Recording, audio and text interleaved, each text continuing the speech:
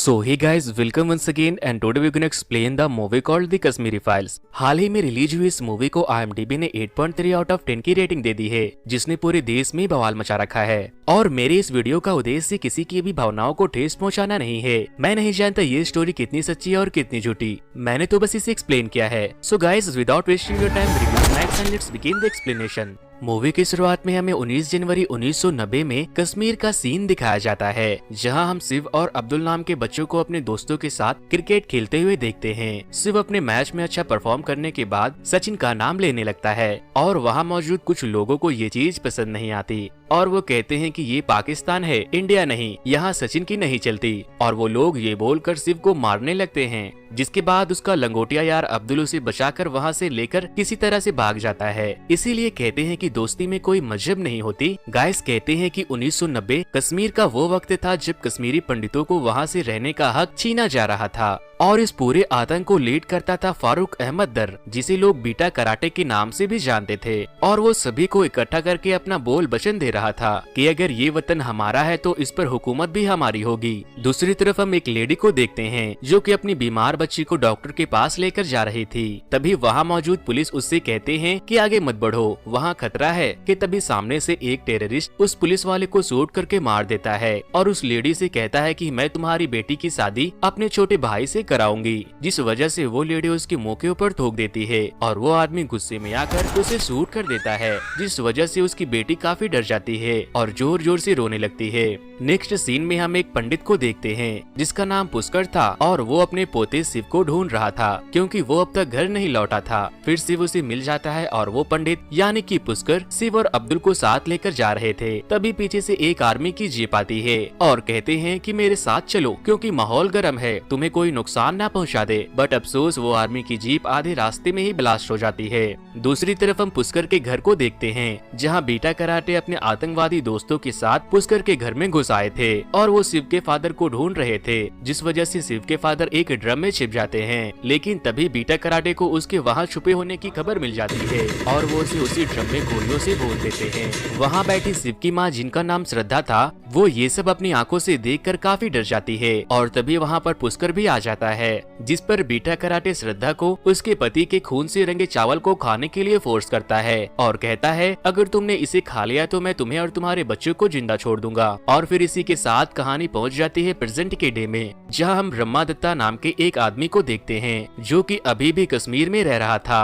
और यहाँ पर उसे मिलने पुष्कर का छोटा पोता कृष्णा पंडित वहाँ आता है, जो कि अब दिल्ली में रह रहा था। लेकिन वो अपने साथ अपने दादाजी यानी कि पुष्कर की अस्थियों को लेकर आया था क्योंकि अब उनकी डेथ हो चुकी थी। कृष्णा के वहाँ आने पर कुछ और लोग भी वहाँ आ जाते हैं जो कि पुष्कर के भी कभी दोस्त हुआ करते थे और उनके दोस्तों में थे महेश जो कि एक डॉक्टर, हरी जो अपने वक्त में डीजीपी थे और एक दोस्त जो कि एक जर्नलिस्ट था। लेकिन कृष्णा को अपने मॉम डैड की डेथ के बारे में कुछ भी पता नहीं था कि आखिर उनकी डेथ कैसे हुई थी और कब हुई। उस बेचारे को ऐसा लगता था कि उसके मॉम डैड की डेथ एक एक्सीडेंट में हो गई। और फिर इसी के साथ सीन शिफ्ट होती है दिल्ली के JNU यूनिवर्सिटी में, जहाँ कृष्णा ऑडिटोरियम में बैठा प्रोफेसर राधिका के लेक्चर सुन रहा होता है। राधिका यहाँ पर बैठी बहुत सारे स्टूडेंट को भड़का रही थी कि उन्हें कश्मीर को आजादी दिलानी है और कश्मीर को इंडियन गवर्नमेंट से खतरा है। और ये उसी टाइम की बात है जब आर्टिकल 317 को कश्मीर से हटाया गया था, लेकिन बहुत सारे लोग इसके अगेंस्ट थे, including professor Radhika. Professor Radhika को भी ऐसा लगता है कि कश्मीर को इंडिया का पार्ट नहीं होना चाहिए था और वो ये भी बताती है कि 1990 में कोई भी जेनोसाइड नहीं हुआ था और न ही किसी पंडित को मारा गया था। और उसकी बातें सुनते सुनते कृष्णा को भी ये सब सच लगने लगता है, जिसके बाद कृष्णा अपने कॉलेज के प्रेसिडेंट इलेक्शन में खड़ा होता है और इसी चीज का फायदा उठाते हुए राधिका कृष्णा को मैनिपुलेट करके अपने साइड करते जा रही थी। और फिर सीन एक बार फिर से पास्ट की तरफ चेंज होती है और हमें 1918 का सीन दिखाया जाता है, जहाँ पुष्कर ब्रह्मा दत्ता से मिलने जाता है क्योंकि वो एक IAS ऑफिसर था। वो उससे बोलता है कि कश्मीरी पंडितों को प्रोटेक्शन की काफी जरूरत है और खास करके मेरे बेटे को, क्योंकि उसके बेटे को बीटा कराटे ने इंडियन पुलिस के मुखबिर करार दिया है, यानी कि हिंदुस्तानी जासूस। ये सब सुनने के बाद ब्रह्मा दत्ता कहता है कि ठीक है, मैं कुछ करता हूँ। फिर ब्रह्मादत्ता और पुष्कर रास्ते में जा रहे थे तो पुष्कर उतरकर सब्जी लेने लग जाता है तो वो सब्जी वाला पुष्कर को पैसे रिटर्न करते वक्त उसे पाकिस्तानी करेंसी दे देता है, जिस पर पुष्कर को ये बात अच्छी नहीं लगती। तो वो सब्जी वाला कहता है कि जिस कंट्री में रहोगे उसी की करेंसी मिलेगी ना। ये सब देखकर ब्रह्मा को काफी गुस्सा आता है और वो उसे जेल में बंद करवा देता है। जिसके बाद ब्रह्मा वहाँ के सीएम से पंडितों की सेफ्टी के बारे में बात करने जाता है, जिस पर सीएम उसे ही दोषी करार देते हैं और कहते हैं कि तुम यहाँ के आईएएस हो और शांति बनाए रखना तुम्हारा काम है। सीएम उसके बातों को इग्नोर करके आगे बढ़ जाता है और तभी हम देखते हैं कि सीएम बीटा कराटे से कुछ बात कर रहा था। इसका मतलब आप ये समझ ले कि सीएम खुद बीटा कराटे से मिला हुआ है। और फिर इसी के साथ सीन शिफ्ट होती है प्रेजेंट के डे में, जहाँ पर ब्रह्मा की वाइफ कृष्णा को उसके मॉम डैड की तस्वीर दिखा रही थी, क्योंकि कृष्णा ने आज तक उन्हें नहीं देखा था। बिकॉज जब वो लोग कश्मीर से भागे थे तो उनके पास इतना भी वक्त नहीं था कि वो लोग अपने साथ कुछ सामान ले जा पाते। अब यहाँ पर ब्रह्मा जेनोसाइड के बारे में कुछ बोलता है तो कृष्णा उसे बोलता है कि कोई भी जेनोसाइड नहीं हुआ था, ये सब बस एक र्यूमर है।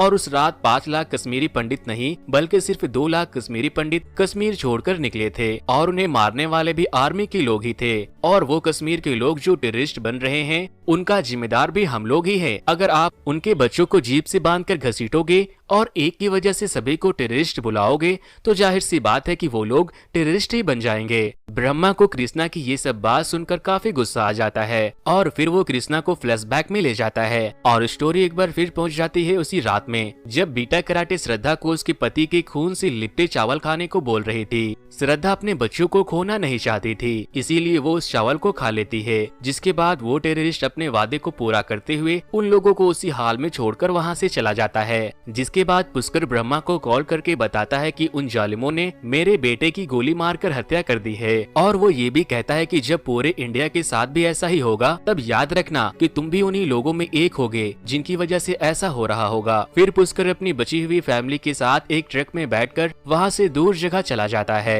और फिर वो लोग कश्मीर से थोड़ा दूर टेंट में रह रहे होते हैं। वहाँ पर उनके जैसे हजारों लोग थे जिन्हें इंडियन आर्मी ने उन टेररिस्ट से बचाकर लाया था। अब जब वो लोग अपने शहर, अपने घर, पैसा सब कुछ छोड़कर भागे थे तो उन लोगों के पास ना ही खाने को खाना था और ना ही पीने को पानी। थोड़ा बहुत खाना आर्मी के लोग अरेंज कर देते थे। वो लोग एक वक्त में आधा पेट खाना खाया करते थे। अब वो लोग बस इसी आस में जी रहे थे कि एक दिन हम लोग वापस अपने घर जरूर जाएंगे। कुछ दिन उसी टेंट में बिताने के बाद पुष्कर की आईसाइट धीरे धीरे कम होने लगी थी और फिर एक दिन उन सभी से मिलने आईएएस ब्रह्मा वहाँ आता है, जो कि अब आईएएस ऑफिसर से प्रमोट होकर होम मिनिस्टर एडवाइजर बन चुका था। और यहाँ पर उसके साथ साथ होम मिनिस्टर भी आते हैं। जिसके बाद वहाँ मौजूद जो सारे लोग कश्मीर से भागकर आए थे वो लोग अपनी अपनी प्रॉब्लम को बताते हैं। तभी पीछे से पुष्कर एक पोस्टर लेकर सामने आता है और आर्टिकल 370 को हटाने की मांग करता है। यहाँ पर ब्रह्मा पुष्कर को देखकर काफी बुरा फील करता है क्योंकि उसकी आंखें काफी हद तक खराब हो चुकी थी और वो अब पूरी तरह से मेंटली डिस्टर्ब भी हो चुका था, जिस वजह से वो ब्रह्मा को पहचान भी नहीं पाता। जिसके बाद ब्रह्मा पुष्कर के फैमिली से मिलता है और वो कहता है कि वो उन्हें पास में एक घर दिला सकता है और एक जॉब भी दिला सकता है। जिसके बाद श्रद्धा ब्रह्मा की बात पर एग्री हो जाती है।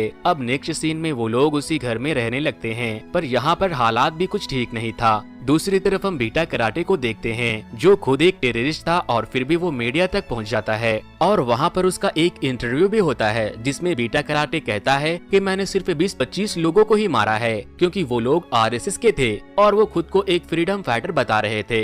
और इन सब चीजों को टीवी पर देखकर पुष्कर को बहुत बुरा लगता है और कहता है कि ये मीडिया तक पहुंच गया, कुछ दिनों बाद पीएम तक पहुंच जाएगा। मैं इतने सालों से कोशिश कर रहा हूँ पीएम तक पहुंचने की। फिर धीरे धीरे करके पुष्कर अपनी जिंदगी की आखिरी सांस ले रहा था। मरने से पहले वो कृष्णा से ये रिक्वेस्ट करता है कि उसकी अस्थियों को उसके कश्मीर वाले घर में ही फैलाया जाए और यही उसकी आखिरी ख्वाहिश है। अब इसी के साथ स्टोरी फिर से पहुंच जाती है प्रेजेंट के डे में, जहां ब्रह्मा कृष्णा को ये सब बातें बता रहा था। कृष्णा ये सब सुनकर समझ जाता है कि प्रोफेसर राधिका उसे गलत चीज बता रही थी और तो और उसने कृष्णा को ये भी बोला था कि तुम कश्मीर जाने के बाद बीटा कराटे से जरूर मिलना। फिर नेक्स्ट सीन में पुष्कर के सारे दोस्त कृष्णा को पुष्कर के घर में ले जाते हैं, जहाँ पर उनके शिव जी के मंदिर से शिव जी को हटा दिया गया था और वहाँ पर वही झंडा लगा दिया था जो कि 30 साल पहले आतंकवादियों का झंडा हुआ करता था। फिर वो लोग उस झंडे को वहाँ से हटा देते हैं और फिर कृष्णा अपने अपने दादाजी यानी कि पुष्कर की अस्थियों को उसी घर में बिखेर देता है।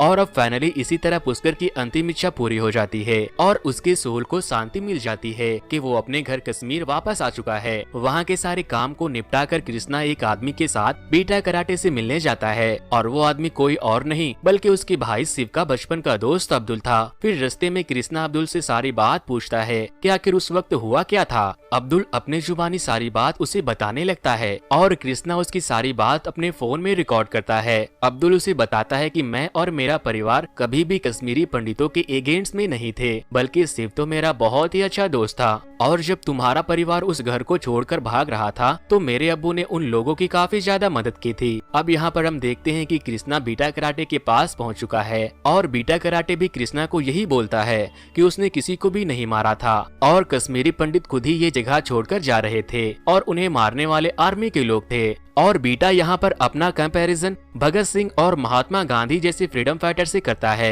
ये सब सुनने के बाद कृष्णा को लगता है कि बीटा बिल्कुल सही कह रहा है और इसी बात पर वो जाके ब्रह्मा से झगड़ा भी कर लेता है और उसे खूब खरी खोटी सुनाता है। अब जब पानी सर से ऊपर चली जाती है तो ब्रह्मा गुस्से में आकर कृष्णा के सामने 3 फाइल रख देता है। जब कृष्णा उस फाइल को पढ़ता है तो उसके तो होश उड़ जाते हैं क्योंकि उसमें उसके भाई शिव और उसकी माँ का भी फोटो था और उसे बीटा कराटे ने ही मार दिया था। ये सब जानने के बाद कृष्णा वापस से अपने कॉलेज में जाता है जहां वो प्रोफेसर यानी कि राधिका एक सॉन्ग गा रही थी जो सभी स्टूडेंट को कश्मीर को लेकर मिसगाइड कर रही थी। फिर राधिका कृष्णा को स्पीच देने को बोलती है क्योंकि वो उस कॉलेज का प्रेसिडेंट बनने वाला था और अब वो वक्त आ जाता है जब कॉलेज के सारे लोगों को सच मालूम चलने वाला था। कृष्णा मैक लेकर कहता है कि बहुत साल पहले एक ऋषि मुनि कश्मीर गए थे जिनका नाम था ऋषि कश्यप और उन्होंने वहाँ पर काफी वक्त तक श्रद्धा की और ज्ञान हासिल किया और उन्हीं के नाम पर इस स्टेट का नाम कश्मीर पड़ा। और ऐसे ही करते करते बहुत सारे ऋषि मुनि और ज्ञानी लोग कश्मीर गए और वहाँ पर बहुत सारी रिसर्च की और इसी तरह बहुत सारे पंडितों ने मिलकर कश्मीर को बसाया। पर एक दिन वहाँ पर कुछ टेररिस्ट आए जो कि शुरू में तो वहाँ पर पनाह लेने के लिए आए थे और कश्मीरी पंडितों ने उन्हें रहने दे दिया और धीरे धीरे करके उन्हें पता चला कि कश्मीर कितना ज्यादा खास है और फिर उन्होंने वहाँ पर कश्मीरी पंडितों पर ही अटैक करना शुरू कर दिया। उन्होंने कश्मीरी पंडितों को मारा, उनसे जबरदस्ती कलमा पढ़वाया, जबकि इस्लामिक बुक में ये लिखा है कि किसी को भी जबरदस्ती कलमा पढ़वाना या मुसलमान बनाना सख्त मना है। लेकिन उन जालिमों ने सिर्फ पंडितों को ही नहीं मारा, इवन जो मुस्लिम भी उनके खिलाफ आवाज उठाते थे उन्हें भी मार दिया जाता था और उसे इस्लाम का दुश्मन करार दिया जाता था। और इसी तरह उन्होंने धीरे धीरे मेजोरिटी में रहने वाले कश्मीरी पंडितों को वहाँ पर माइनॉरिटी में बदल दिया और बाकी के 5 लाख पंडित वहाँ से भाग गए, जिस वजह से बहुत सारे हिंदू मुसलमानों के बीच की दोस्ती टूट गई। आज तो हमारे पास पूरी पावर है कि हम लोग वहाँ वापस से जाकर रह सकते हैं और कोई हमें ऐसा करने से रोक भी नहीं सकता। बट कश्मीरी पंडितों को उनके ही घर से निकाल कर भगा दिया गया और वो लोग अपने घर जा भी नहीं सकते थे। उसकी पूरी स्पीच में लोगों ने उसे कई बार रोकने की कोशिश भी की, पर अब कृष्णा का सच समझ में आ गया था और वो इसीलिए बिना रुके बोलता गया। कृष्णा ये भी कहता है कि हमारे नेता लोगों को सिर्फ मसाला चाहिए, उन्हें बस इंडिया पाकिस्तान करने वाला चाहिए, लेकिन कोई भी भुखमरी की बात नहीं करता, कोई किसी कमजोर पे हो रहे जुल्म की बात नहीं करता और हमारे भोले भाले हिंदू मुसलमान भाई उनके बातों में आकर आपस में लड़ मर जाते हैं। जिसके बाद कृष्णा रोते हुए अपनी माँ यानी कि श्रद्धा और अपनी भाई शिव की स्टोरी बताता है और फिर इसी के साथ कृष्णा की स्पीच फ्लैशबैक में पहुंच जाती है जिस दिन उसकी माँ और भाई को मारा गया था। यहाँ पर हम देखते हैं कि पुष्कर अपनी फैमिली के साथ घर में रह रहा होता है और फिर एक दिन बीटा कराटे और उसके लोग यहाँ पर आर्मी के ड्रेस में आ जाते हैं और उस पूरे एरिया पर भी कब्जा कर लेते हैं जिसे IS ब्रह्मा ने उन लोगों को रहने के लिए दिया था। बीटा वहाँ पर कब्जा करते ही श्रद्धा को मोलेस्ट करना शुरू कर देता है और फिर एक के बाद एक सभी को मौत के घाट उतार देता है और इसी के साथ ये मूवी यहीं पर खत्म हो जाती है। तो दोस्तों, इस वीडियो को खत्म करने से पहले मैं आपको एक जरूरी बात बताना चाहूंगा कि मैं नहीं जानता कि इस मूवी की स्टोरी कितनी सच्ची है और कितनी झूठी। मैंने तो बस इस मूवी की स्टोरी को एक्सप्लेन किया है, बाकी आप खुद समझदार हो। और जो लोग भी मेरे चैनल पर नए आए हैं वो इस वीडियो को लाइक करके मेरे चैनल को जरूर से सब्सक्राइब करें और मुझे कमेंट करके जरूर बताएं कि इस स्टोरी के बारे में आप क्या सोचते हो। फिर मिलता हूँ किसी और मूवी की एक्सप्लेनेशन के साथ। Thank you.